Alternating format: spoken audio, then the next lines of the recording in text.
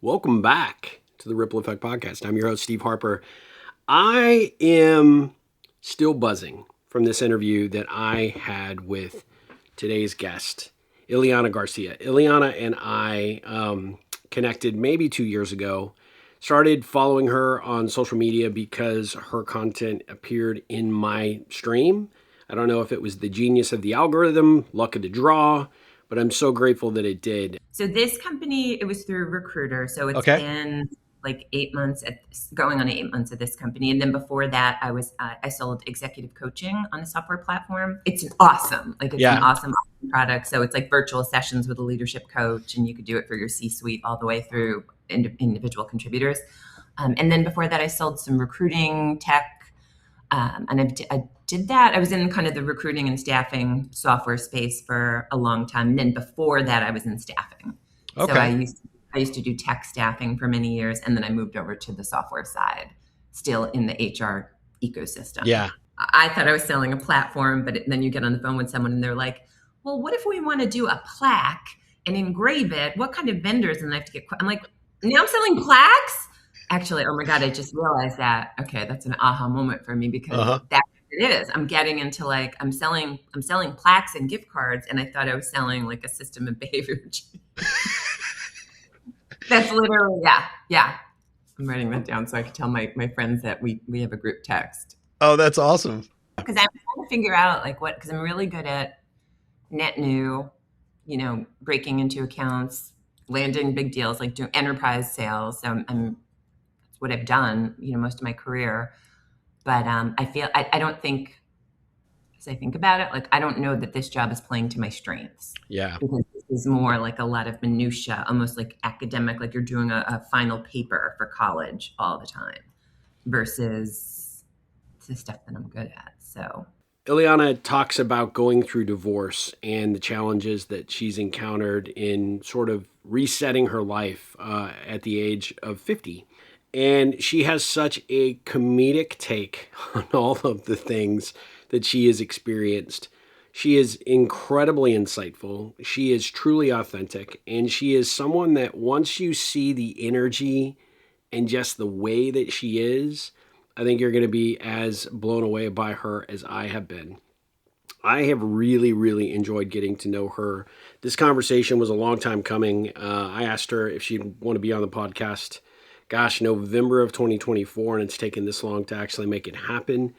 There's a lot of reasons for that, most of which is scheduling, but some of which was, whether she was really confident in continuing to move forward as a creator. And we talk a little bit about that. We talk a lot about the criticism that she's received online and the challenges that has brought into her, where that's caused her stress, where it's created some anxiety. But I tell you what, she is a genuine individual. She is just really, really well spoken. She's an excellent communicator. She's funny as hell. And I just love the energy and the vibe that she brings to the table. And so I'm super grateful that she and I could finally make the time to actually record this episode. And I've been buzzing all morning ever since we did the interview, trying to think how to put this into words in a way that sets it up appropriately.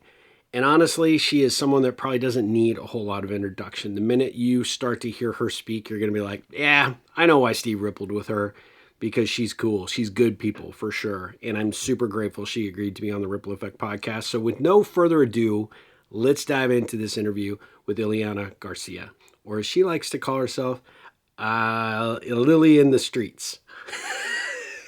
Which is her TikTok handle. I love it. Yeah, it's just a good one. So anyway, let's dive into this interview with Ileana Garcia.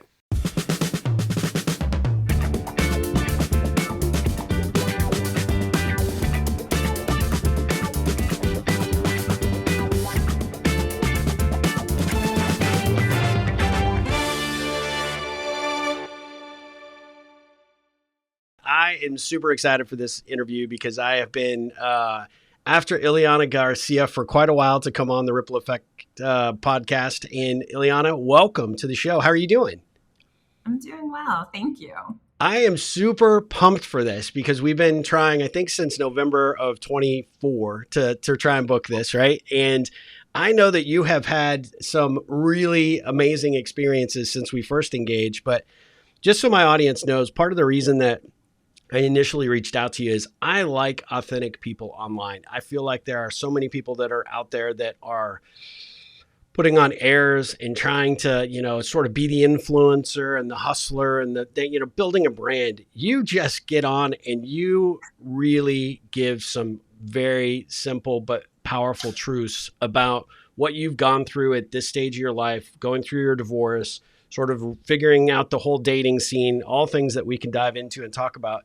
But the thing I just was most impressed about is just your authenticity. And so I wanted to start there because I feel like you really, I really wanted you to know and hear that it wasn't because any other reason other than the fact that I think you're actually putting out some just amazing content and you're just so entertaining to listen to and learn from. So thanks for what you do out there. Thank you so much for saying that, because oftentimes I'm like, why am I doing this? And I've given it a lot of thought, like there's different versions of why I first started doing it. And, part of it was to vent, or because I was just floored by what my world had become after I got divorced. But I think it comes down to just, I also like to entertain. Like, I think I'm a goofball. I think I don't take myself seriously in the least. I couldn't put on airs if I wouldn't even know how to do it. I don't know how to be anything but who I am. So if I can make people laugh, because if I can make myself laugh watching something that I recorded, then it's almost an entertainment. I'll watch myself. And then if it helps people, that to me is also really, really meaningful. Yeah, I think when I first discovered your content, I went back to those early day videos and then came forward all the way. And the thing that I really recognized and admired the most, because it was not the case for me, I hated seeing myself on camera. I'm like, oh my God, nobody's going to care what I have to say. But you had that confidence from day one. And I think it just showed. I think because you were talking about a really difficult and honest, topic that I think a lot of people, they don't really know how to put that into words. And you do it in such an entertaining way. Things that you've experienced on the dating scene, different ways of interacting, obviously with your ex, and the fact that you're continuing to maintain a great friendship there. I think that's amazing. I think that's motivation for a lot of people. I've turned a lot of my divorce friends onto your content because I'm like, just trust me. All you got to do is watch one video and you're going to be hooked because she is just that amazing. But I think from the very beginning, you started as just the authentic version of yourself. And I think that's awesome. Where did the motivation come from to just get going, like on, social media in general? So I think the motivation, so I used to, be pretty active on Facebook. Obviously, we all started on Facebook years ago, but then kind of shifted over to Instagram, just my personal account. And I would do these things where for Instagram stories, when they first started, I think honestly, to entertain myself, I would be on the train and I would see something wild, look at this guy over. There was one where it was two guys on a Metro North train and they were in the seats that face each other and their knees were almost overlapping because one guy was so tall and the other guy squeezed himself in. And I'm with my phone, not showing their faces, but I'm oh my God, this is happening. And I was, I'm and now the guy's getting mad. And then you see the guy getting mad and then they exchange words and they get into an argument and you hear them yelling. So I did these little snippets and then I strung them together for an Instagram story with captions where I'm you guys, and I would do stuff like that, or I'd be in an airport or just different things where I would do kind of and even during COVID, I did a lot of them where I did this one that I'm personally proud of where I had ordered some, I don't even know why, some fitted little top.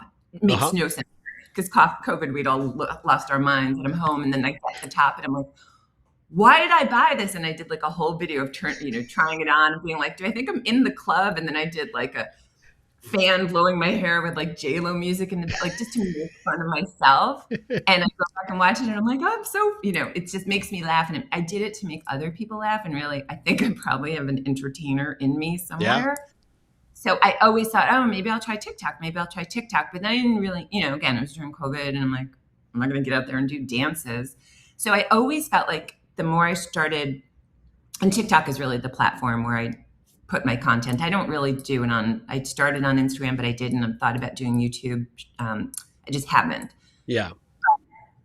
I kind of, as I watched other content, I was like, people are really entertaining on here. Like they're creative. There's so many buckets. I was like, let me just try it. Yeah. And then, when I got divorced and I realized what the world was, I was like, we got to talk about this. Yeah. So that's long stories. That kind of, yeah, that's how I got here. Well, I'm glad you however got you here. I'm glad you're here. Let's just say that. Because as we were saying before we actually started recording, I think you have a second career as an entertainer, comedian, because you are some of the things you come up with. I mean, I watch them like 3 or 4 times because they're just hilarious. Because things are so ridiculous. Yeah. So I find everything funny. I'm like that at work. I'm like that I'll be on a conference call and I'm like, just find. I think that's how I rely on humor, Yep. and I do find a lot of things funny, and I find myself ridiculous and the world ridiculous, and so I just talk about it. I'm just like, what happened? When you're seeing these things out in the wild, do you like write these things onto in a journal? Do you make a note of it? And they're like, I'm going to go home, I'm going to record this. Or is it like, nope, I just remember these things and I'm just going to call them up? Because you seem to do it with such seamless ease in terms of the way you tell the stories. So sometimes for a few of my videos, I will think it out, like, okay, like try to remember what happened on that date or how did it, sequentially. For the most part, it's off the cuff where I'll know a topic that I want to talk about. Like I did one about things you can find in a divorced man's apartment. And I don't know where it came to me.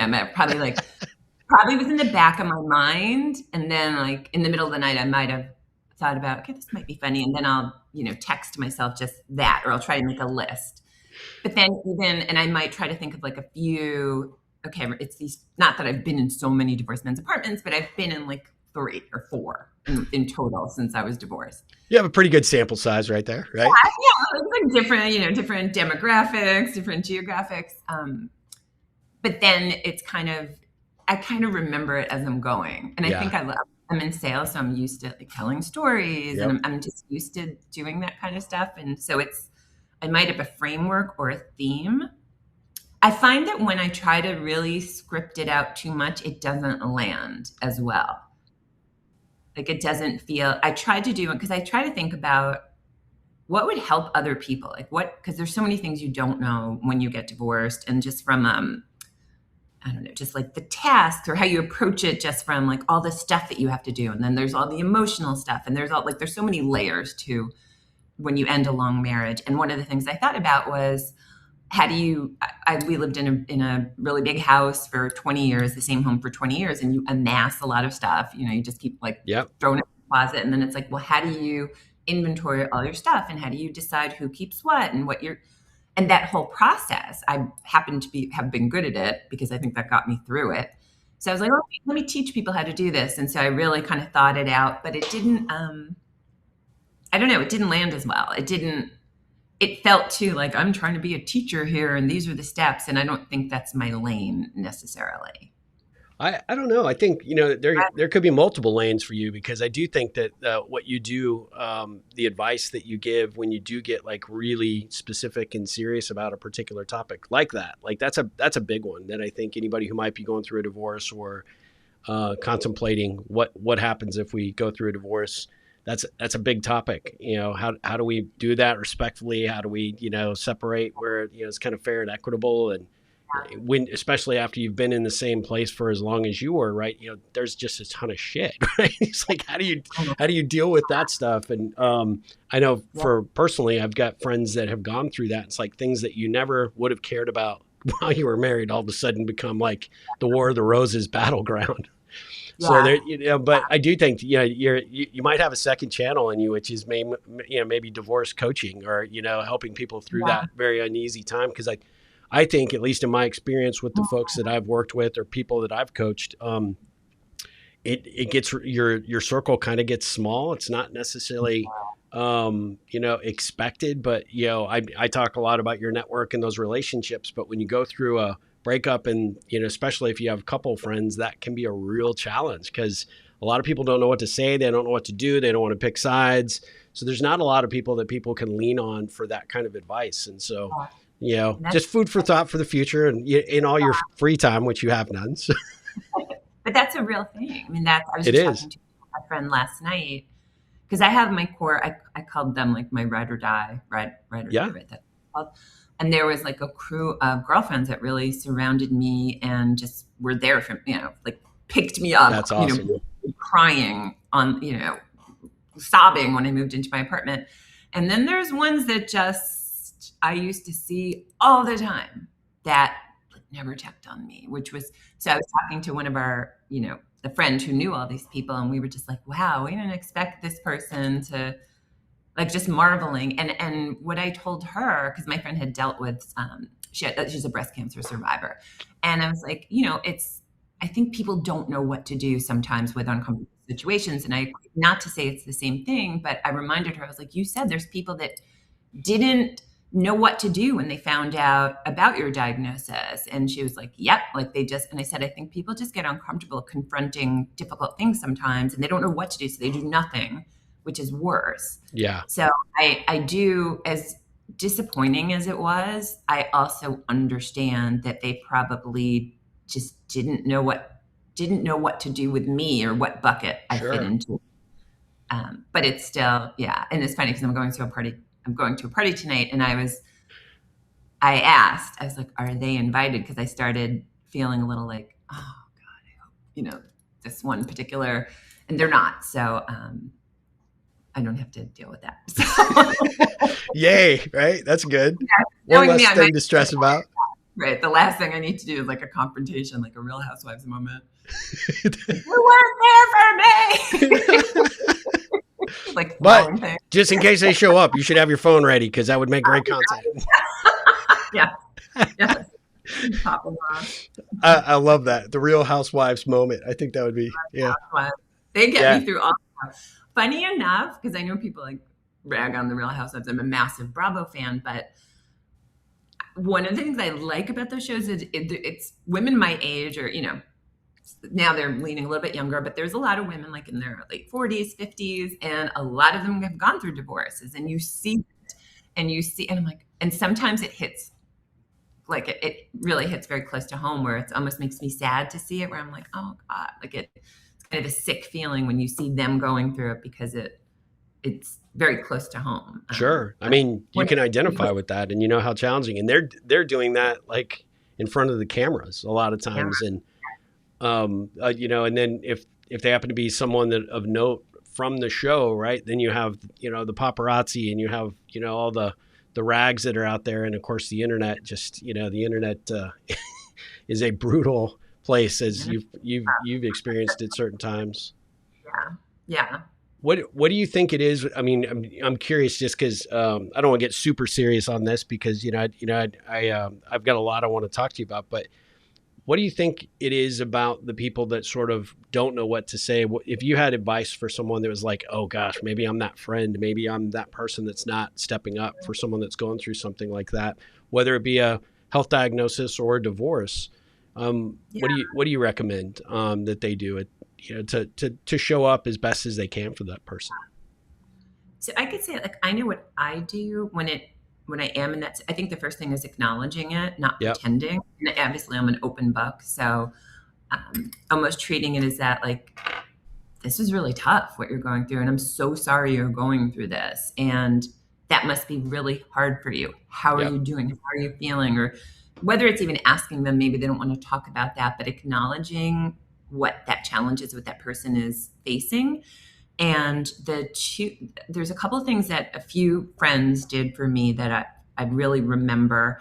And it's when I first moved into my apartment, and I mean, that was the most heart-wrenching, probably one of the most heart-wrenching moments for me that whole week. So two of my girlfriends were chatting with each other, and they had decided, okay, you're going to go this day and I'm going the next day. And one of That's awesome. One of them just showed up as I was unpacking, and we hung out, and she helped me a little bit. And then the next one showed up the next day with like salads from like Sweet Greens and like my favorite cookies, my favorite this and that. And she got me like two stemless like wine glasses with like a design on it. And she just showed up with that stuff and hung out with me. And I'm sure I cried, but it was just, they had kind of like enforced their way in. Yeah. I think even if someone is like, no, no, no, you kind of have to just be like, well, I'm coming over tomorrow.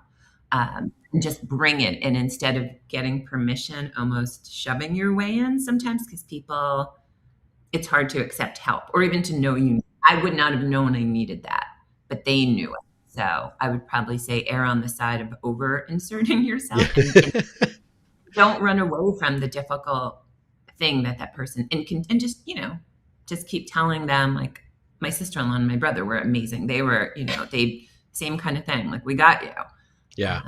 Over, invite them over, Yeah. bring, recognize that person may want to still not to be excluded and isolated. Sure.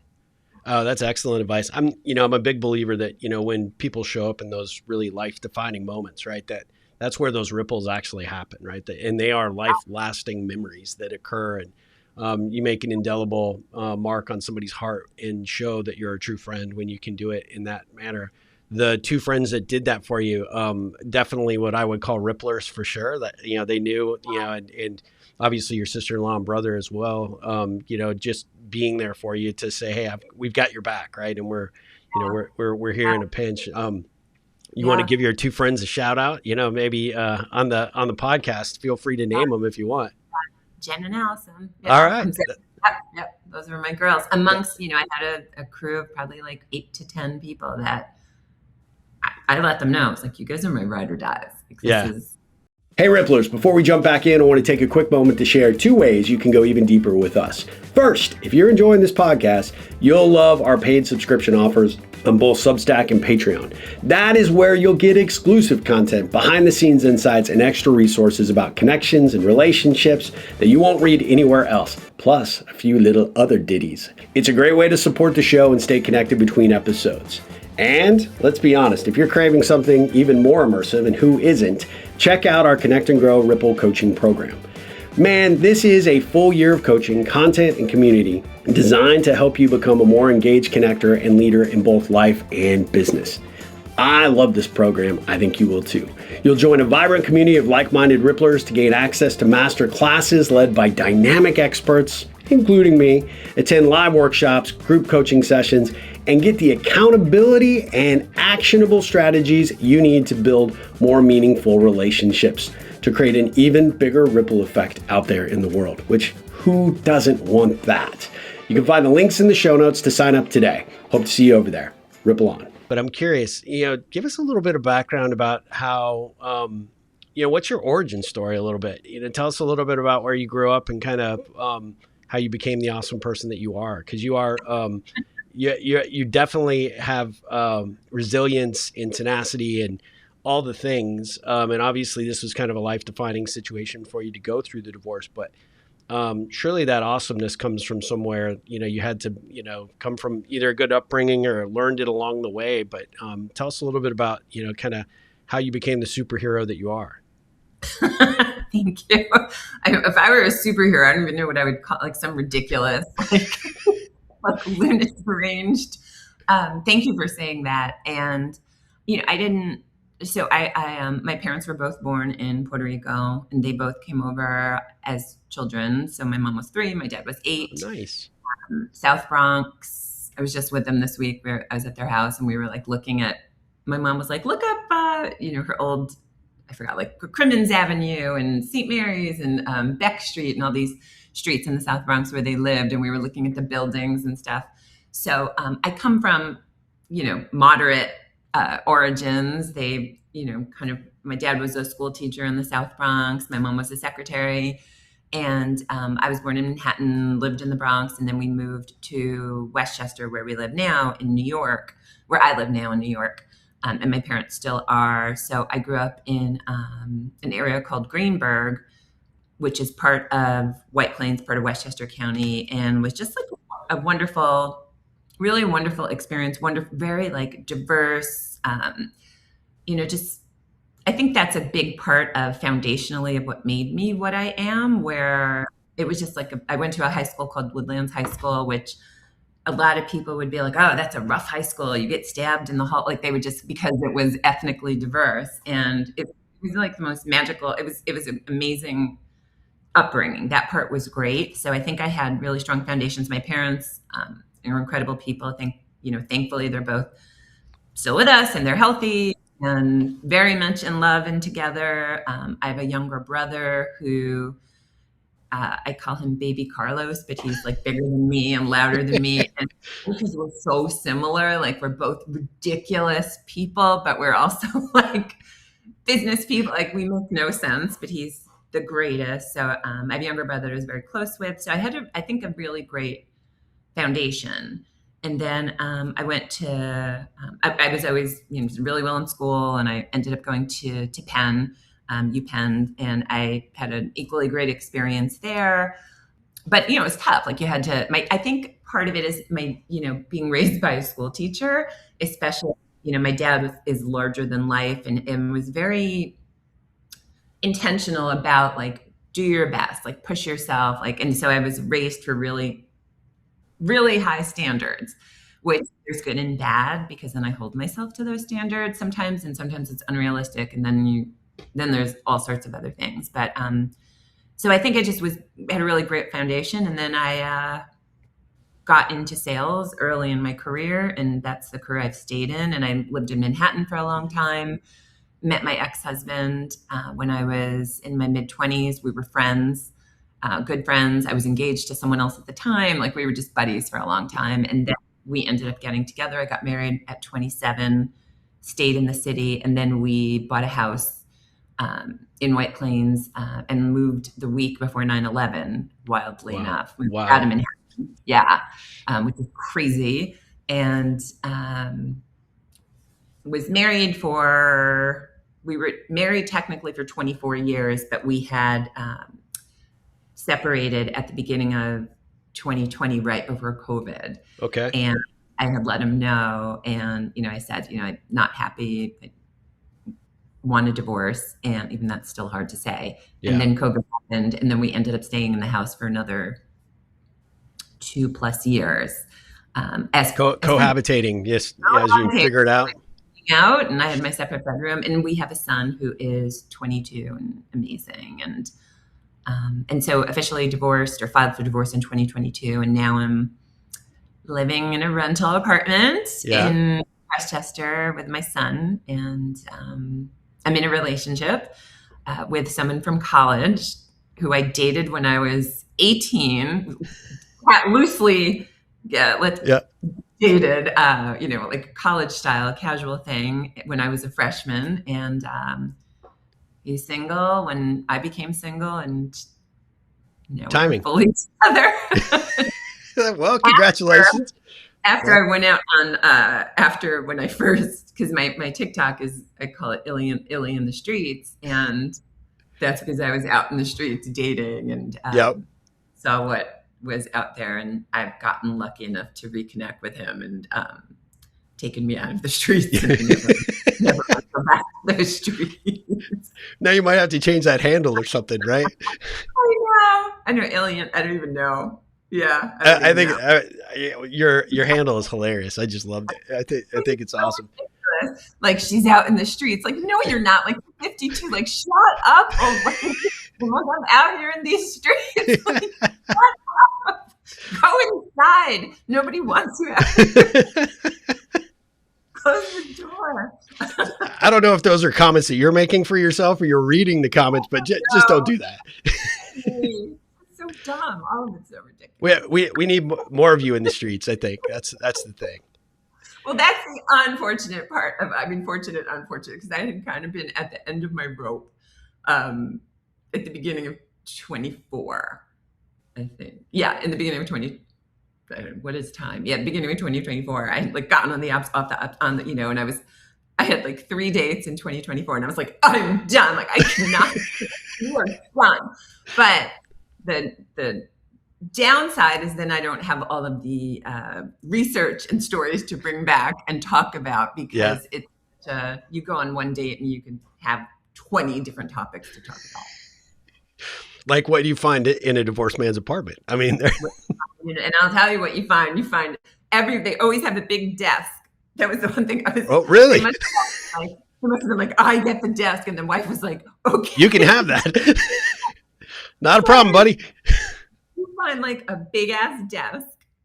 You have to call it a big ass desk. And then Yeah. it's like one piece of art that makes no sense. And then it's like part of the living room set that doesn't go. And it's obviously like, or like 2 dining room chairs, which like it's stuff that just obviously was part of something, but they must have negotiated for.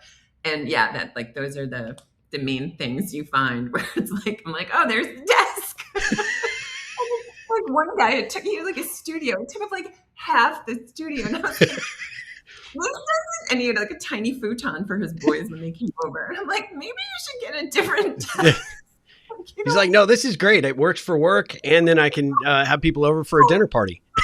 They didn't even work from home. Like, you work in Manhattan. You don't need this desk. Get rid of the desk. Man, it must have been a special desk. I don't know. Secret compartments or something. They all have it. They all have like the one guy who was the worst guy, that monster that I dated. His bedroom, big bedroom, I had a big apartment in the city. The big desk took up like in his bedroom across like the whole end of the bedroom. It was so stupid. And he was so proud. Maybe it was part of the divorce list. Like I have a couple buddies that have been divorced and they all end up at the same apartment complex with the same set of everything. It's like, I don't even want to go there because it's like, I feel like I've been in every one of yours apartment by just going in one. Like, and then I'm like, did this all shit come in like a kit or something? Like, was there some... Probably like a starter kit. Yeah.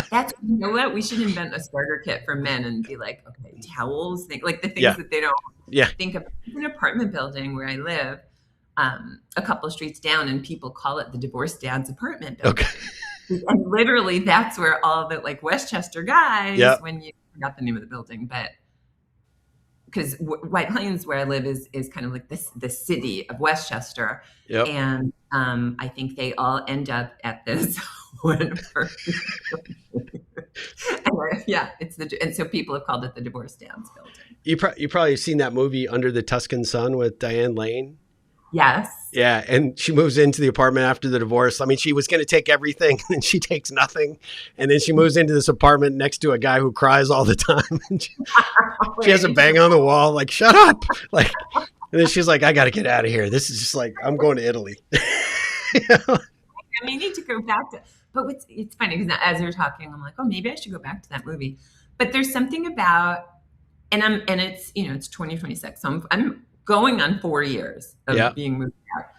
And something about the thought of watching that still would feel painful to me. Yeah. Like, I don't know how long it takes to not feel sad, but there are certain like shows I can't watch or certain things where I'm like, it's too close to home. Yeah. Like it brings you still back. Too raw. Yeah. Yeah. And it puts you back in that place.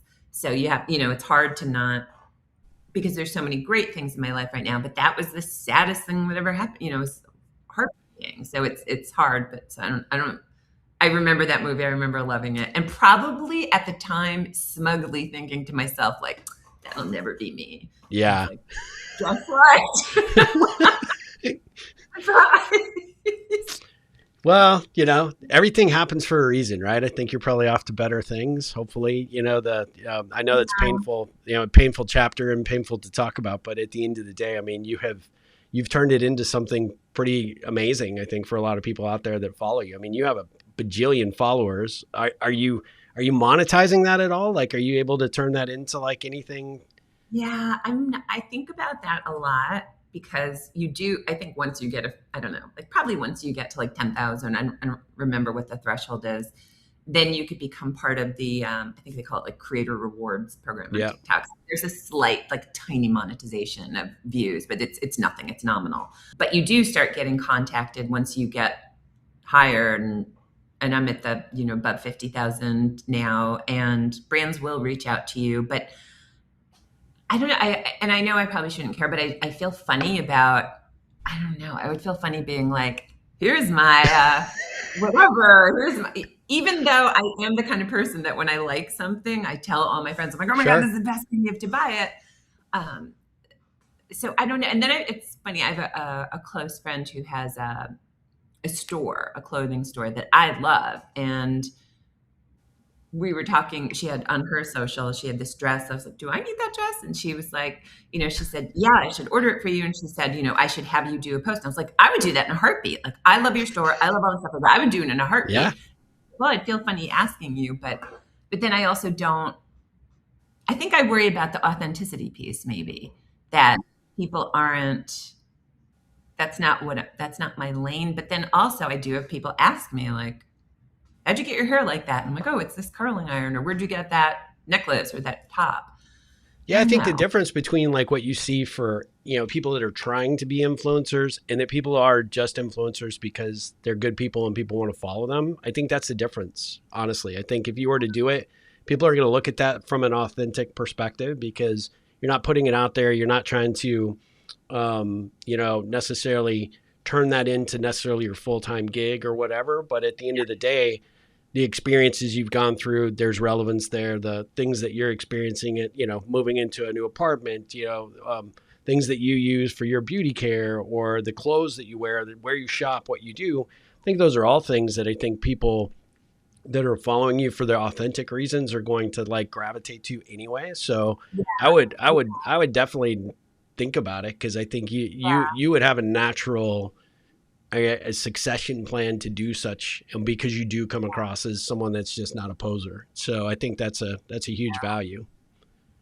Thank you. I mean, thank you for saying that. Yeah, I mean, I do think about, because I'm 55, right? And there's, a lot of stigma about aging, and obviously I think about aging too, but I do think about a world where I could represent women in my demographic. Mm-hmm. Like we have a lot of buying power. We buy a lot of stuff. Yeah. We're big consumers, and I don't, it's not as helpful when you see like someone in their 20s using a product, or the same things aren't relevant. Like we're looking at things through a different lens. So I have thought about like leaning into that angle.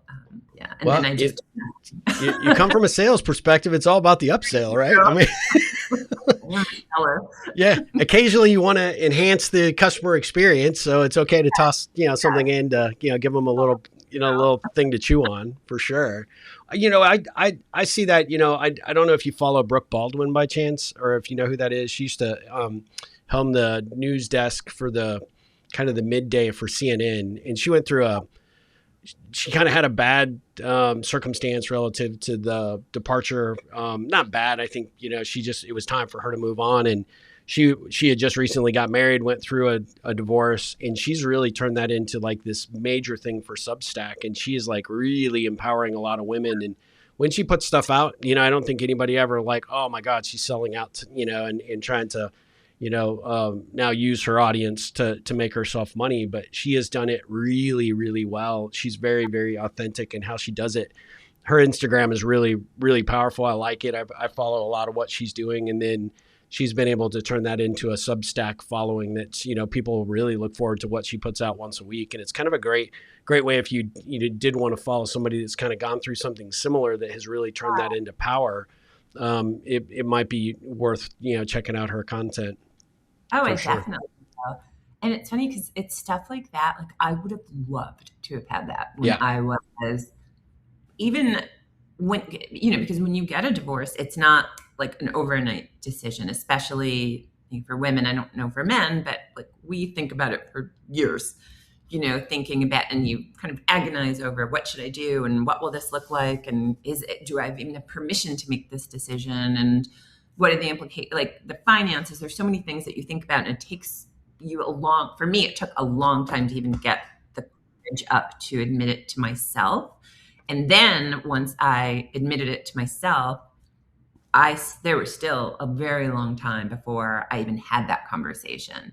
And there wasn't a lot of, I wish that I had someone who had experienced that. And I think that's part of why I talk about all this stuff, is because I desperately would have wanted to have had that. And I remember this one moment when I think we were still in the house, and my brother lives like a little over an hour outside of where I live. And I spend time there and I stay over. And I was driving home one night, and I was really worried about like, where am I going to live? Like, I have no idea how I'm going to piece my life together. And I randomly just went on Spotify and I like typed in divorced and was just looking for a podcast. And I landed on this one, actually a former Real Housewife, or a former one in the UK.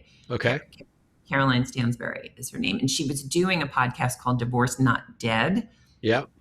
And I happened to just listen to one of her episodes, and she was going through the same exact thing. And she talked about, I was so terrified about what was going to happen in my life. And I went out with this, I decided, let me just go look. And I went out with like a realtor and I looked at, some tiny apartments, and I saw the apartments and I was like, I'm going to be okay. I can do this. So like, Sure. and something about hearing that made me feel like, okay, I'm going to be okay. Like I just need to go and see them and just kind of like see what it would look like. So, but there wasn't a lot of content out there. So I wish. So I think about if there's someone that was where I was and then could look at this stuff and it can help them. And I get so many messages about that from women who say, I'm in the exact same situation. I was married 27 years or 20, whatever it is. And men also. So I think as daunting as it is sometimes to put everything out there and the backlash has been tough, those moments make me feel like, okay, this is helping someone out there, and that feels nice because I think about that one little thing on that one podcast, how that helped me. Well, two things that you should do. You should really pay attention to that because you actually are serving a need. And I think there's something there, right? Whether it's through writing or maybe potentially a professional coaching or guidance, service. I think you'd be excellent at that because you're such a great communicator. And I think you are easy to talk to and people will gravitate towards that, which I think would make you an exceptional coach. But the other thing that I think that is really important to consider is the fact that, you were inspired by that one particular podcast. You should reach out to her and tell her, how much that meant to you at the time.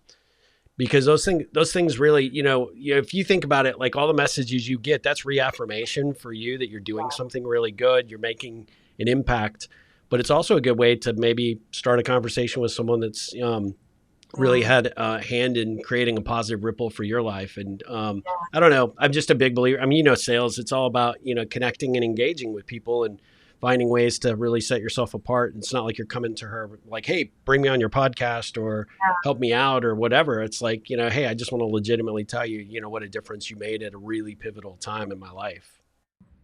Well, it's funny. I went back, I tried to find it and I can't find the one. And now she's rebranded it because I would have shared it out with other people. But no, that's a good idea. I'll do that.